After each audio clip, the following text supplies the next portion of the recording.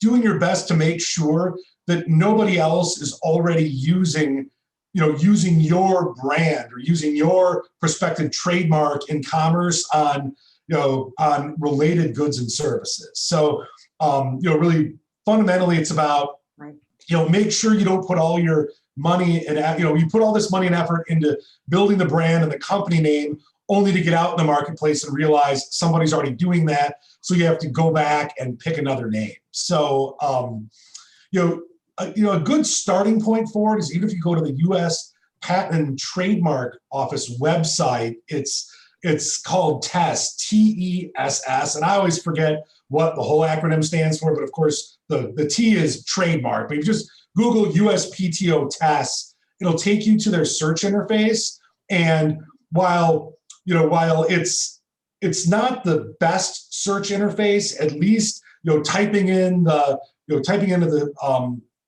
the search box, the prospective name for your company, just seeing what hits you get. And if anything, you shouldn't do this yourself to to become comfortable that there's nobody else using your trademark, but you can save some cost if you go in and just start searching. And it's more if you find others using the trademark that you want to use in the same space, you just know to pick out another one, and you don't generally even need to call your counsel. But again, the message here is just make sure no one's using the mark, and then from there, you also do want to think about obtaining federal trademark registration over your brand, because then what that will do is it will give you enhanced protections on preventing other people from coming in and using a confusingly similar trademark. And even in that context, it was an example that was getting somewhat dated, but thanks to Amazon Prime, it's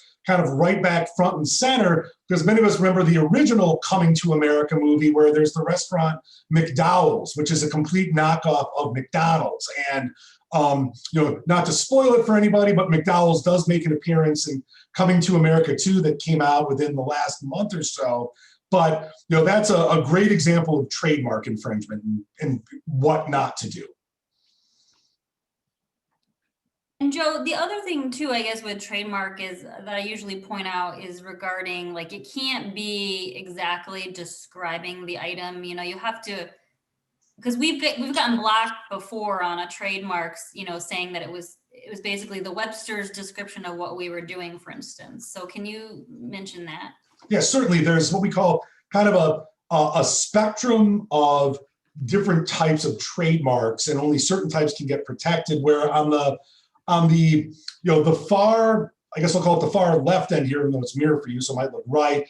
The far left end are the arbitrary or fanciful trademarks. Examples of those would be Kodak for film, or Nike shoes, where it's either in the case of Kodak, a completely made up word, or in the case of Nike, it's a word from a foreign language that has really no relation to your product. So those arbitrary and fanciful trademarks are, they're typically, they give you the most protection, and they're also the easiest to get through the patent office, because they are, they're not in any way describing the product. When we take a step over on the spectrum, we then get to what are called just suggestive trademarks, where they suggest an attribute of the product, but they're not directly describing the product. So if the mark is suggestive, you can still obtain protection there. So, one example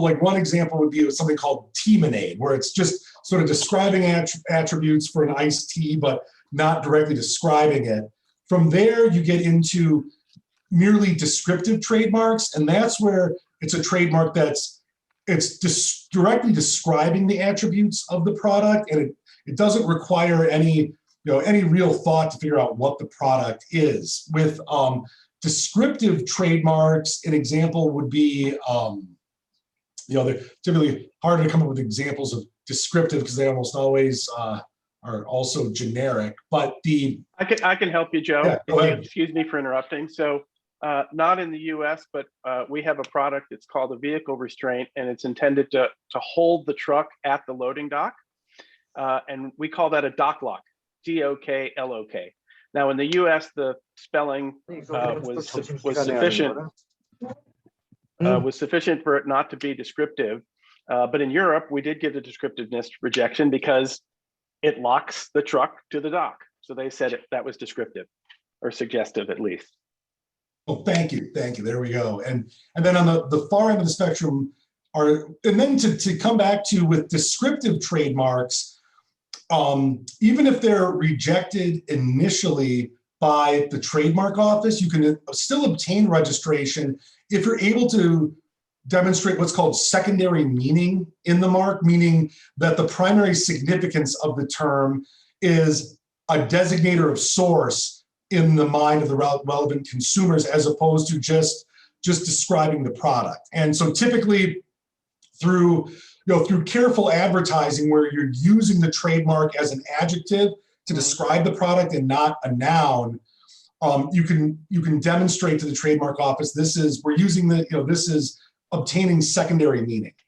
And then and excuse me again, Joe, just quickly to Joe's point, in Europe, ultimately we do have a registration for DocLock because over 20 years of successful advertising and demonstrating to the trademark office that we had acquired secondary meaning, we were able to obtain a registration.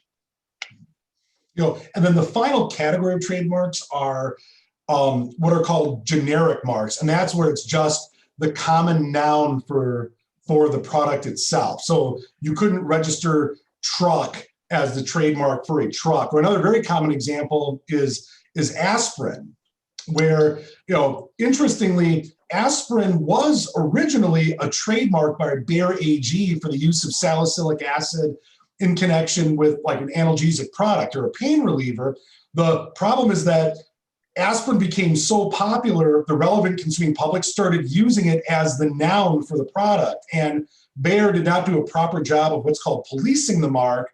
And by the time they tried to, it was too late. Another example of a mark that almost went generic is Xerox, where, particularly, if you were around in business in the 80s and into the early 90s, the prevalence of the photocopier that everybody called just the Xerox or the Xerox machine, and Xerox actually had to go on an affirmative ad campaign imploring people to stop calling it just a Xerox and that it's a Xerox branded photocopier, but they were able to preserve their trademark protection. So then maybe Google will go off since we Google everything. It's interesting. It'll be interesting to see what. Yeah. I mean, ironically that, to some degree it's good news when you're running the risk of a mark going generic because it's demonstrating the, massive market share that you have. But, at some point, they may have to step in and do some defensive advertising. Or just eliminate all other search engines and everything is a Google. And so then it can be generic and it's fine. Right. Oh, and by the way, everyone, feel free to put any questions in the chat box or, raise your hand and whatnot, as we'll be jumping to new topics as well. So if there's anything else, questions on trademarks, feel free to jump in now. Kyle, and if you have anything else you want to add.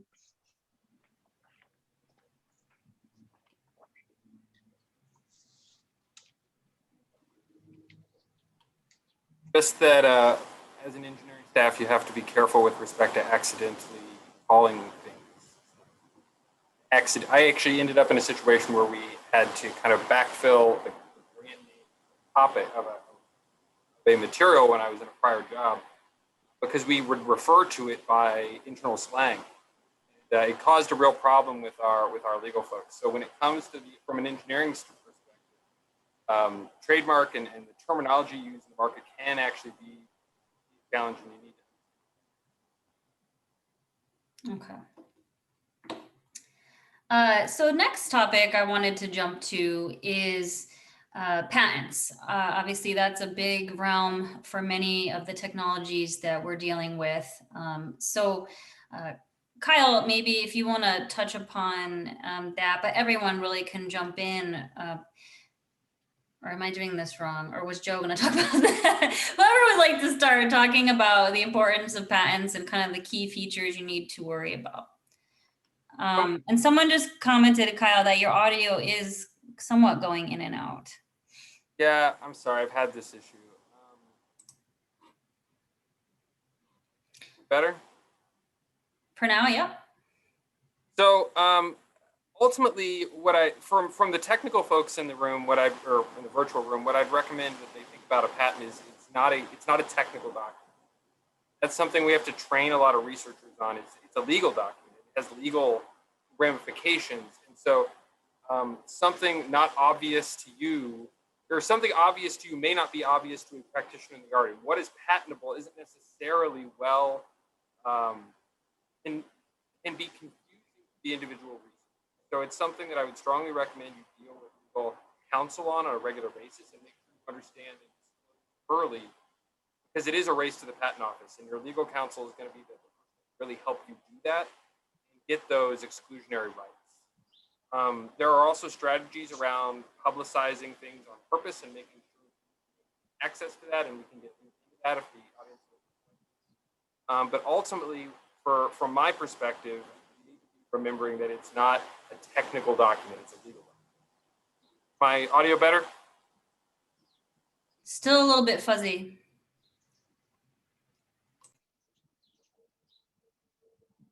Any patent attorneys want to jump in as well?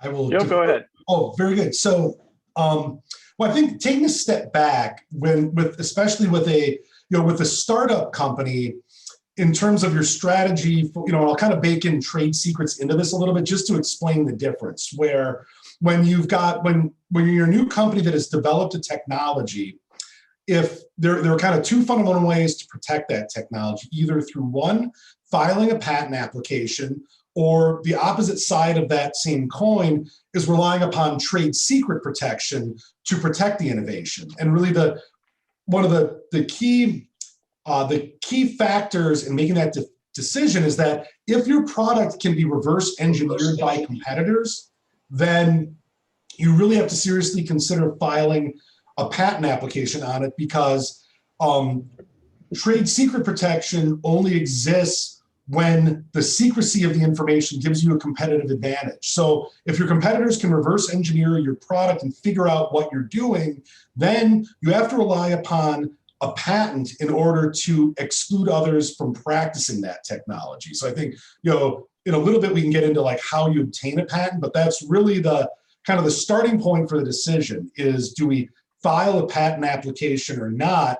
And in part, I'll step back a little bit for early stage companies about why that matters is, largely when you develop a startup company, typically your goal is to exit or be acquired by a larger company and, recover a lot, hopefully more than what you've invested in the R&D and everything else. And when larger companies are looking to do acquisitions, very commonly, the first thing they're going to look for are revenues and customers. So really, when we look at technology life cycles, the big companies are going to be, just by their nature, more risk averse than the startup companies. So when there's a new emerging technology, the big companies will sit back and wait a little bit and watch the smaller companies battle it out in the marketplace to see who develops the winning technology.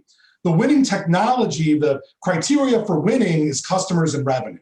So whichever product acquires the customers and revenue, that's going to be most interesting out of the gates to the big companies. So then the big companies will very commonly acquire those companies first. But then when the big company makes the decision to go in and do that acquisition, they are also going to want to, acquire the IP in that space so that they can push everybody else out of the technology space. So as a startup company, hopefully, number one, you're already the company with the customers and revenue. And then on top of that you were the first to file a patent application on that technology. But unfortunately, it doesn't always work that way, where usually it's somebody else with the customers and revenue that gets acquired, and it's another company that has the core patents on the technology. And that's where your patent portfolio can be all the more important as a startup venture, because even though you're not that interesting because you haven't acquired the customers and revenue, because you have the patents covering the core technology, you're still very interesting to the big players for acquisition. So I kind of see Kyle nodding to that. So, from the business perspective, he can, maybe add some further color to that. I sit on Rockwell's venture investment council, and that's a sustainability of the advantage is critical. And obviously, the patent or trade secret is absolutely critical. And it makes that part of the conversation so much easier. If that's not there, it becomes a very challenging conversation with respect to even the sustainability. If we're just buying that customer book, we're large, we can go do that. That's not a question for us. So the sustainability of the advantage, that exclusionary right, is oftentimes just huge. Yeah, and I would add to that relative to startups. I think it's important to have a sensitivity, behind the patenting process, because as a startup, you're completely outward facing. Obviously, you've got technology or whatever, and you've developed it. But as you're trying to grow, you're outward facing because you're trying to attract investment, you're trying to attract customers, maybe even you're trying to attract partners. And it's important to understand in that regard that if you're making the decision based on detectability of infringement or other factors that you want to go the patent route versus the trademark route, you have to be sensitive to the fact that once a invention, a patented invention or a patentable invention is disclosed into the public domain, as a general proposition, that eliminates your ability to get a patent. Now, in the United States, we have a little bit of a different system. Once you make a disclosure in the United States, the inventor has a year, basically, to file their patent application. The United States, however, is unique in this regard. So in most of the rest of the world, once your invention's been disclosed, you can't patent it. So it's something to think about for a startup. And to Kyle's point about the importance of that IP for sustainability, if your exit might be to a big multinational company, they're going to be interested in patents everywhere. And with that awareness, should be sensitive to the fact that even though you might have this time in the US after you disclose it to file your patent application, that's not the case in the rest of the world. And so being sensitive to that and having appropriate structure in place, whether it's NDAs, although you're not going to get investors to sign an NDA, or having appropriate protocols in place within your organization to make sure that you're only disclosing things that you mean to disclose, and that you don't have incidental or accidental or unintentional disclosure, and limit your patent rights. Yeah, I think this is the biggest takeaway of patents when we teach about that at the Research Foundation, is just talk to someone before you start telling the world about it. I mean, even we've seen, sometimes inventors try to post things about their invention on LinkedIn. That's public too, so you may not realize that everything you're doing is public. So just always talk to someone at the Research Foundation or a patent attorney. We can introduce you to these patent attorneys that we know, and be careful. We're going through this right now with some papers that came out, and what countries can we now file in since the papers were already published. So it's probably the biggest takeaway here. Does anyone have any questions about patents? I know there's so much detail in patents. This is just a brief overview, but just some considerations as you are, dealing with your own startup. We'll want to give you those key takeaways, but we can always follow up afterward. Anything else, or should we move on? Yeah, I was going to comment. We talked about obtaining patents, but I think we should also talk about what do you do once you have a patent. So in the enforcement side.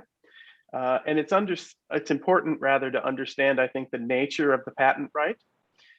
So those of the patent attorneys among us, typically there's all kinds of ways to refer to this as a negative right or an exclusionary right. But Kyle used that terminology about an exclusionary right. And it's important to understand that that's what a patent gives you. For the invention that you patent, you have the ability to prevent or exclude others from using your invention, okay?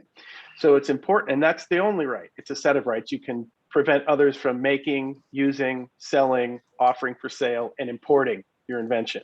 but it's all about your ability to prevent other people from doing something. That's why we refer to it as an exclusionary right or an exclusive right. What it doesn't do necessarily is give you the right to do anything, okay? So even if you have a patent on your technology, you only have the ability to exclude others. And it's possible that even if you have a patent on something, that you still may not be able to practice your invention because someone else has what we would refer to as a dominating patent. So let me give you an example to clarify that, because I don't want to freak everybody out. But let's say that, let's go back, 80 years, and someone has invented television, okay? And there's an entrepreneur who gets tired of walking across the room to change the channel and turn it on and off. So he invents a television that is capable of interacting with the remote control. So now he can turn it on and off from his chair. And he gets a patent on that combination of the television and the remote control, okay? The issue there is now he can prevent anyone from making television and remote control combinations, okay?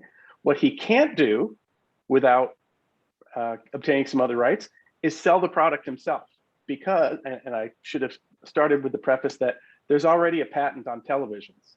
So he's combined something with the television. Now he's got a package of a television and a remote control, but there are patents on the television itself. So even though he has a patent on that combination, that doesn't mean he has the positive right to sell that product. He can exclude others from selling that combination. So it's an important distinction, and you know, a recognition of the nature of the patent rights. Just because you have a patent doesn't mean you can practice the invention. And that term is called freedom to operate, right, Matthew? So when we work with inventors or companies, my office, we aren't attorneys, so we don't perform a true freedom to operate. And can you guys give us a ballpark? And there's another comment as well, but like, this is something a startup should do in general, but it can be costly. What would you say a ballpark is for having an attorney conduct and help you with a freedom to operate search?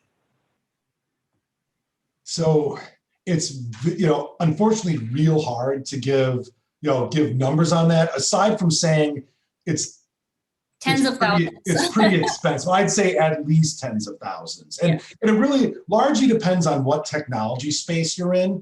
My experience is that most, I shouldn't say most, it's common for startups not to do this simply because it is cost prohibitive.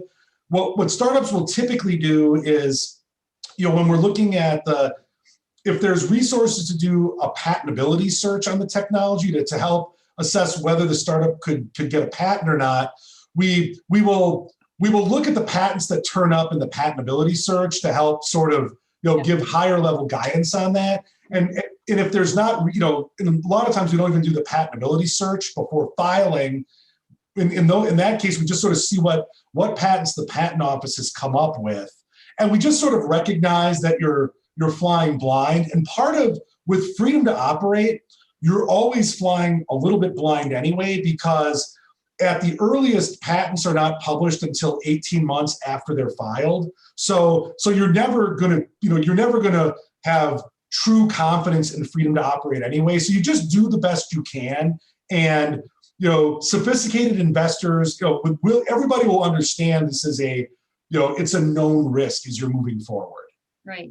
And you guys can do your own searching for free online. We use Google Patents all the time. You just type in patent, Google Patents, and they have a really great, obviously, search engine. You can also use the search engine at the USPTO. So you can do your own, you know, preliminary freedom to operate, make sure nothing hugely obvious pops up.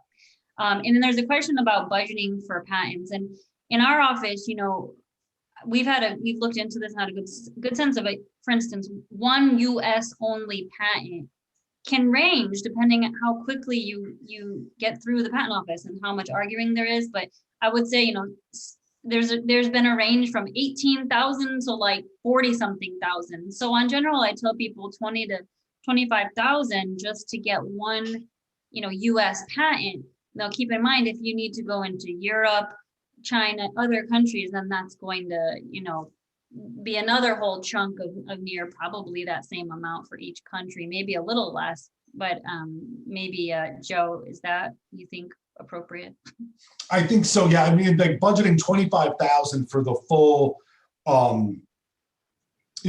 to get the patent to hopefully issuance, where, just preparing the patent application and filing in the first instance can be done for, less than 25, but yet that's a safe number to start with. And, and really I would say that as the complexity of the technology increases, so does the cost. So, typically your software-based applications or your biotech or chemical tend to run more expensive than, a purely mechanical, even though it's pretty rare that we come across purely mechanical anymore. Almost everything is electromechanical or has a software component to it. But, it's just the more complicated the technology, the more the patent application will typically cost. Right. And then the filing, I should say, like the first utility filing, let's just say it's in the ballpark of, 10 to 15,000 and with a combination of attorney fees and the US, patent office fees. And then the arguing can take, using your attorney, several $1,000s per argument back and forth. So that's where I kind of come up with, let's say 15,000 plus 10,000 if you go back and forth a few times. And that's pretty smoothly if you only go back and forth, 3 times. But there are items that we've done that have hit, 40 something thousand. And I think, I'm sorry, go ahead. Go ahead, Matthew. I was just saying, I think for the startups, these numbers are super important because, typically if you're licensing out of the university, typically you have cost obligations for those patent costs. So, the more education you can give yourself, the more you can engage in the process, and to the extent that you're capable of doing not necessarily the legal work, but despite the fact that Kyle is right that a patent's a legal document, reviewing patents is technical, right? And there's certainly a technical aspect to it. So, you can help yourself out and keep those costs, not only keep those costs down by being actively involved in the process, but hopefully also, improve the quality of the results because, the best patent attorneys, within reason, a patent attorney, if you give them a disclosure, they can patent something. Okay, typically, if the disclosure is good enough. But the reality is that, having a patent is important, to Kyle's point about sustainability, but a valuable patent is much more important than just having a patent, or certainly can be. And, your patent attorney who you're working with, unless you're giving him the information about what's important, either what's important to you, or most relevantly, what's important to your customers. Because to the extent you can patent the features of your technology that customers care about, that's where the most value is. Because if you can prevent other people from making, using, or selling the things that customers want to pay you for, those are the most powerful patents. And those are when Kyle and his team does the analysis of your company and assesses the scope of the patents, if they're protecting what the market cares about, those are going to be considered more valuable and they'll pay you a bigger premium to acquire the company. So can you hear me on the phone? Is this better? Yeah. Oh, beautiful. Sorry about that, guys. Freedom to operate, I just can't reiterate that enough, where it is an idiosyncrasy as people come out of universities, and I don't know the legalities of it, but there's different rules that cover somebody that's doing research in a university environment versus like even what I can do in an industrial research environment. And so sometimes those rules can't, that's one of the first, when I know that a startup's coming out of a university, freedom to operate is one of the first questions I'm asking, because that's not necessarily something that in a pure academic sense that people worry about. The confirmatory experimentation except is encouraged in those types of environments. And so it can be an idiosyncrasy that is important, and I've seen it catch up. In particular, the example I got involved with was friction stir welding, where the base patent for friction stir welding was held by the Welding Institute. I believe it was the Welding Institute in the UK. And there were all of these improvements on that base patent, but all of it was choked by this one fundamental, really great piece of work, and it was a great patent for them. But it created the adoption of that technology was significantly delayed as a result of kind of everything going through that one patent owner, and good for them, right? Absolutely great business practice. But it is an idiosyncrasy. I would encourage all of you to understand and realize that, like, I think an organization that's dealt with university startups is going to ask about, maybe they don't use the term freedom to operate, but they're going to start asking questions about, like, have you done any prior art searches? Do you understand? Can you actually do this commercially? Is what they're going to ask in some form. And on the same note of patents, and Joe, you said in the beginning, you have to decide trade secret or patent. I think that also ties to, can you detect infringement? So if you can't tell that someone's using your technique or your method or your device, then the patent is pretty much useless in that sense. So can you guys touch upon, infringement? How would you detect infringement? And obviously the patent office doesn't detect it for you, so it's really up to you. And I'd love to hear more about that. So certainly, detecting detecting infringement rather, just through getting your hands on the product and doing the reverse engineering. I mean, then there are companies that will do this, like in the semiconductor space and other in other technology arenas. There are companies that will they'll do the analysis for you, but it can get expensive. But I think to your point, Jessica, is that when you're writing the patent application and writing the claims, typically writing the claims with an eye towards will we be able to detect the infringement here or not? Because just recognizing if you're going to have to spend $50,000, $100,000 to figure out if someone's infringing or not, on the front end, it's not going to be a very valuable patent. And then that would be to that end, that's where if that's going to be a problem, then you start thinking seriously about trade secrets, because if it's that costly and expensive for you to figure out if someone is infringing, it's also that costly and expensive for somebody to figure out what it is that you're doing. So recognizing that if through the reverse engineering somebody can figure it out, it will eliminate some of your trade secret protection. But again, on this example, if it's that difficult to reverse engineer, there's probably a lot of know-how that will go into the manufacturing process. So then even if through reverse engineering, you're able to identify some of the components or features, but again, still really difficult to figure out how it was manufactured, you might still be better off just relying on your trade secret protection.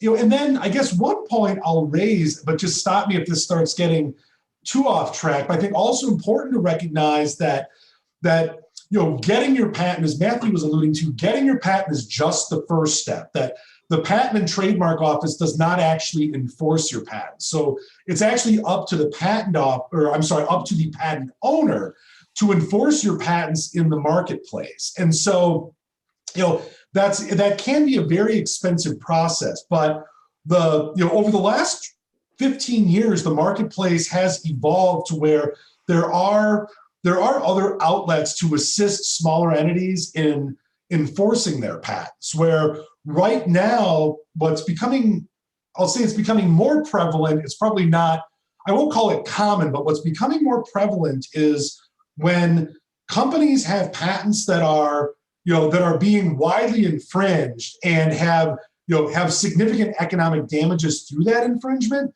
You can now obtain what we call third-party funding to assist in the licensing and litigation campaign. Because if you go back 30 years ago, if you were, as a small entity, you get your patent and you go to the big entities to try and obtain a license, it's very difficult to do that. Where certainly big companies, I know they're always very interested.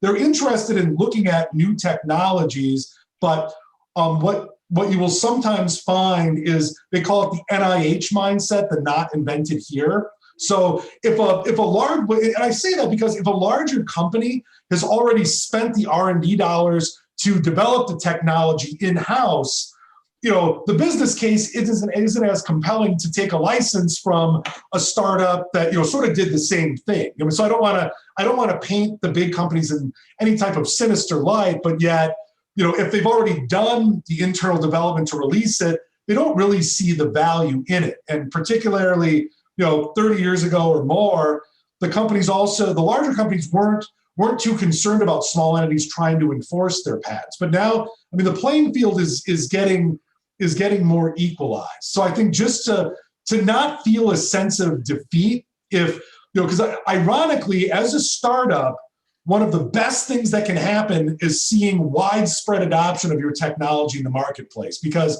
that signals that you were onto it, that you filed a patent application on the direction the market was headed. And to realize that even though you don't have the resources to enforce the patents, under the right circumstances, you can now get third-party funding to step in. And understand it's not free money, but yet it's a resource to help you enforce. So jumping in really quickly on trade on secrets.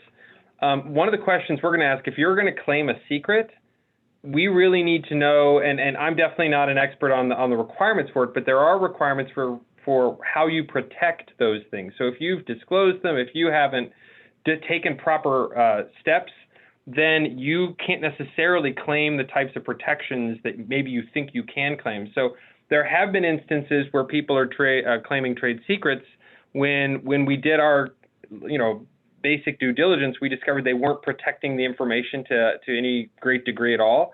And we started to question whether we could even claim those rights. I'm not an expert on what those requirements are, but I know what the requirements are at Rockwell when we claim a trade secret. But there are some minimum standards that have to be dealt with. And I wanted to point out too, I don't know if we said this, that you can only go after people for infringing in the country where you have the patent. So if you have only a US patent, someone is free to make, use, and sell in China or in Europe. So you're only protected in the country where you have that patent. And that's the only place you can stop them. So they can't import, or export from China into the US. You could stop that, but they can just do it out there without any, Yeah, and I think that's really important to point out. And and frankly, sort of one of the great difficulties of making decisions about filing patents and foreign filing patents, because typically you're having to make these decisions before you have the adequate information that you'd want to be able to base the decision on. So I said earlier, my opinion that I hope my colleagues would agree with, that valuable patents protect what's relevant to customers. Why do they want to buy your product? That's what you want to protect with your patent. But the problem is, as I said before, if you want to protect your foreign patent rights, you have to file your patent application before you've even shown it to anybody, before you've made a public disclosure. The problem is you have to make those decisions about where to file before you have that information, before you have put it in the marketplace and let customers vote with their dollars about what they care about. That's certainly true when you first file your patent application. Fortunately, by the time you're making foreign filing decisions, you typically have started to get some of that information. And indeed, there's a structure in place based on the international treaty that helps that even a little more. So once you've filed your first application in the US, for example, when it's time to go and file it in foreign countries, you could go to 10 foreign countries and file it in each of those. But there's also a vehicle referred to as a patent PCT, or Patent Cooperation Treaty application, which basically allows you to file one patent application, foreign file one patent application that will eventually be distributed to the countries that you ask for it to be distributed to. A potential benefit of the PCT, besides saving the filing expense of filing in all 10 of those countries right up front, is your patent application also spends some time in the PCT. That additional time might be a downside if you're in a hurry to get the patent.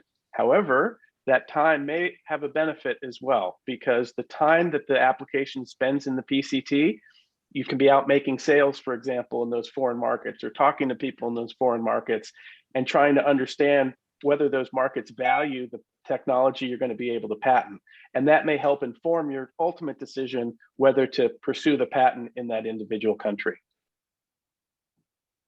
We also have a question kind of regarding, can folks, so there was a news article of an investor speaking to a university, and then the investor took the idea and patented it on their own.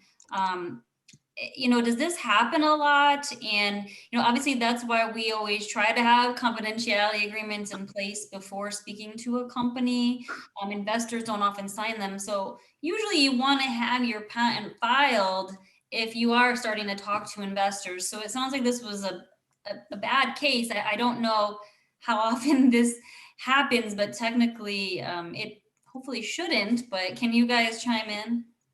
So from an industry perspective, we will have initial conversations with a startup not under NDA, and we purposely start the conversation not under NDA, because we're like, what is the publicly available information? Because as a courtesy to the startup, we recognize that just signing an NDA, just having it legally reviewed, can be costly.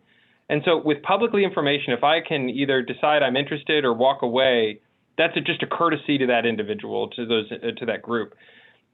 But we say a bunch of times, don't tell us anything private, anything confidential. We don't want it until we get everything under protection, because that's just the best practice. As far as inventorship, there's lawyers, on the panel that can speak to this better than I can, but inventorship can't be I was trained inventorship can't be transferred. If you were there on the inventive step, you're named. As far as ownership, that can obviously, that's a different story, but no, our practice absolutely, and I believe a best practice is start with just an introductory conversation that's vanilla, high level. What's the sellable aspects? What's the marketing materials? And then if we're interested, then let's talk expending some cost and getting legal fee, getting an NDA in place. And if for anybody on the phone or doesn't know what an NDA is, a non-disclosure agreement, it's a secrecy agreement. Yeah, and Jessica, to address also the incident you raised with the investor. So people on the call may have heard reference to people talking about the U.S. having a first to file system, which is in distinction from the system we used to have, because it used to be a so-called first to invent system, and we don't need to talk about that necessarily. But to this point, in terms of it being a first to file system, that sounds like whoever takes an idea and runs to the patent office can file it, okay? But indeed, and it's relevant in this situation, it's actually more nuanced than that, because what the United States has is a first inventor to file. So to Kyle's point about inventorship, you don't just get to run to the patent office and file a patent application on anything you want to. You can't steal someone else's idea and file a patent application on it. In order to file a patent application, you have to be the first inventor to file. So again, you can't take someone else's idea. You have to actually be an inventor. And indeed, for a situation like the one that Jessica described with the investor at the university, if indeed that person, I don't know if it was a man or a woman, filed a patent application that they did not invent, the true inventor has the ability to go into the patent office, and there's a proceeding in the patent office referred to as a derivation proceeding, which basically says, hey, that person, man or woman, did not invent it. They derived the invention from me, and then he or she went and filed the patent application. And if you can prove that, and there's evidence, and et cetera, you can effectively get the patent back. So it's important to understand it's not a first to invent system. I'm sorry, it's not a strictly first to file system. You still have to be the inventor. And so in the business, we refer to that as a first inventor to file system. Thank you. That's really helpful. And the second part of that question was, can a patent owner stall the industry by filing a patent and not producing it? I would, answer that quickly. Yes. People do things like that, or blocking by publishing things so that no one else can patent it, because then it's public, right? So sometimes companies will just publish on something so that nobody can patent it. But this is in opposite to trademark, where you cannot just pick a trademark name and you have to use it within a certain amount of time and keep paying for it, or you do not get the trademark. So like someone, when they buy a website domain because they think it's going to be a hot topic and they're trying to hold it over someone's head, you cannot do that for a trademark. But for a patent, yeah, most of them don't become products. So this happens all the time, that there's a patent filed and you never ever see a product from it. And whether that's on purpose or because they fail, that is possible. So Just it's one. interesting you talk about publishing. Sometimes when we want to maintain access to a market, but we don't necessarily want to invest completely in a patent, we will publish in the area to maintain access so that other people can't exclude us. Or if it's a weird approach to the technology and we don't think it's necessarily going to work, but if it does, it would be a problem. Like it would be, we need to maintain the ability to go there. We may end up publishing those types of things. And sometimes in foreign markets, we will make sure to publish so that we can maintain access if it's a tertiary market, but we still want to sell there, or not lose the ability to sell there. I interrupted Matthew, I think. I apologize. Yeah, no problem. Thanks, Kyle. So just a couple caveats, Jessica, to your point about, or the question about being able to sort of hold the market away by patenting.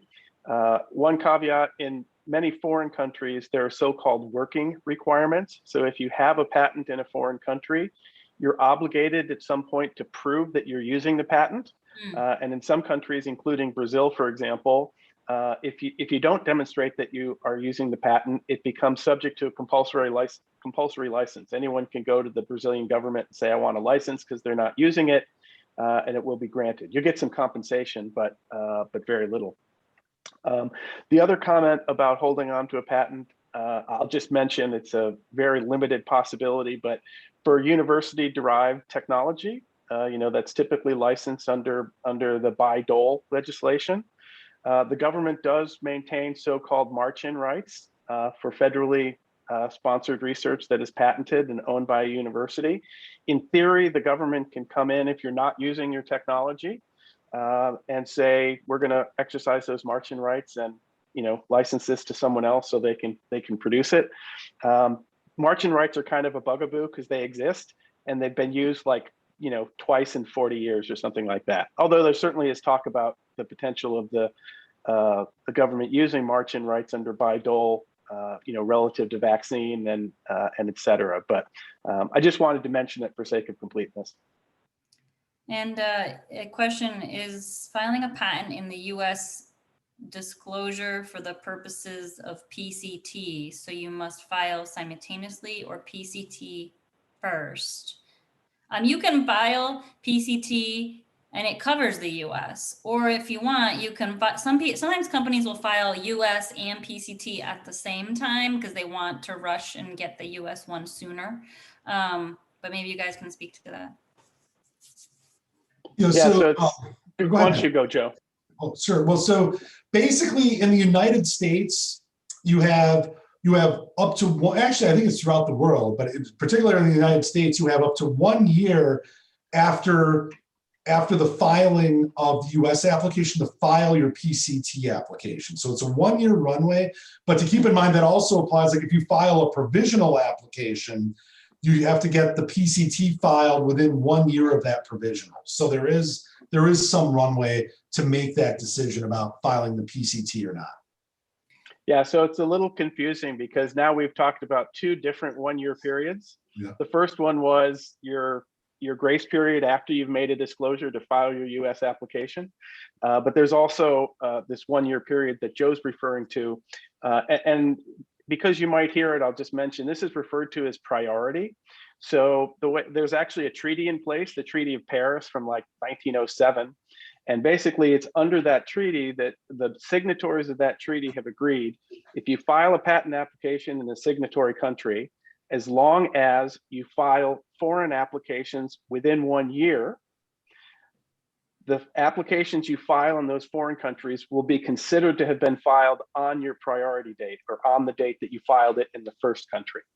And that filing date's important because that filing date determines what is and is not prior art to your patent application. So to answer the question in the chat, is filing a US application disclosure for the subject of your PCT? No, as long as you file that PCT within that 1 year period. Because if you file the PCT within that 1 year period, its filing date will actually not be the date you filed it. It'll be the date of that original US application that you based it on. So we've hit a lot with patents and we're almost out of time here. I guess I wanted to cover those who are dealing with software a little bit with Joe, whatever we can fit in. You know, software is a really tricky item with patenting. It would be often definitely the code is a copyrighted work. You know, what are the key points you might share, Joe, when thinking about software, hiring folks to write your software, anything really? Yeah, so I'd say as the starting point, a fundamental thing we look for is confirming the ownership of the software. So as a startup company, as an early stage company, making sure that number one, with the members of the startup, there's a written agreement that all of the code that's going to be written is the property of the startup, that you're going to actually assign ownership in the copyright and any other rights in the code to the startup. And then stepping out as you add employees, very important to make sure that the employees sign an intellectual property assignment agreement. And then if you work with non-employees, we'll call consultants or contractors to help with the code, very important that they're also signing agreements assigning the ownership over to you. So that's where huge messes are created with software when you get into ownership fights. So that's really the starting point. And certainly thinking about filing for patent protection on the software features, that's topic for a whole nother couple hours because it's complicated, but at least something you want to think about. But then also with your software is once you've got a product you're getting ready to commercialize, to register your copyright on that software. So you automatically have copyright protection as soon as you write the code, but registration in the US gives you enhanced protections over the code.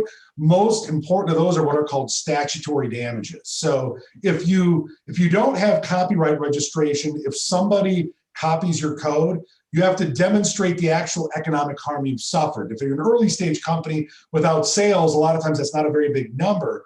But with statutory damages in play from registration, you can fire off a cease and desist letter threatening up to $250,000 per act of infringement. So that really, that will get people's attention a whole lot faster. Great. We have 1 minute left and I think we could go on forever. We could have a whole other panel on software. So if people are interested in that, let me know. I don't know, anything final? I know, Matthew, you had mentioned, beware that you wanted to mention of putting too much in your original patent filing, like that was a warning you wanted to mention. Yeah, I mean, I do think it's important on a couple of levels. Disclosure is important. Kyle's right, it's a legal document, but it's also a technical document. And your ability to get property rights, to write those claims at the end of the patent are governed by what you disclose. You can only get patents or claims rather on things that are supported by your technical disclosure.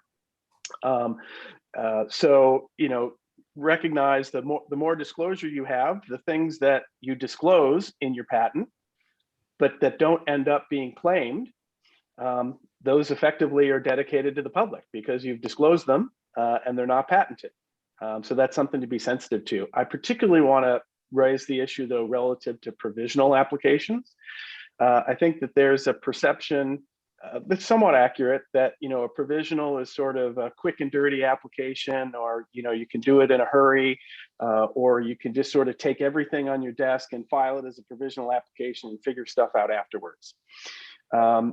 To some degree, that's true. Provisional applications, if you just file the provisional application and then don't ever do anything with it, it dies, it never sees the light of day, it's not a public document. It's not even considered publication for patenting purposes.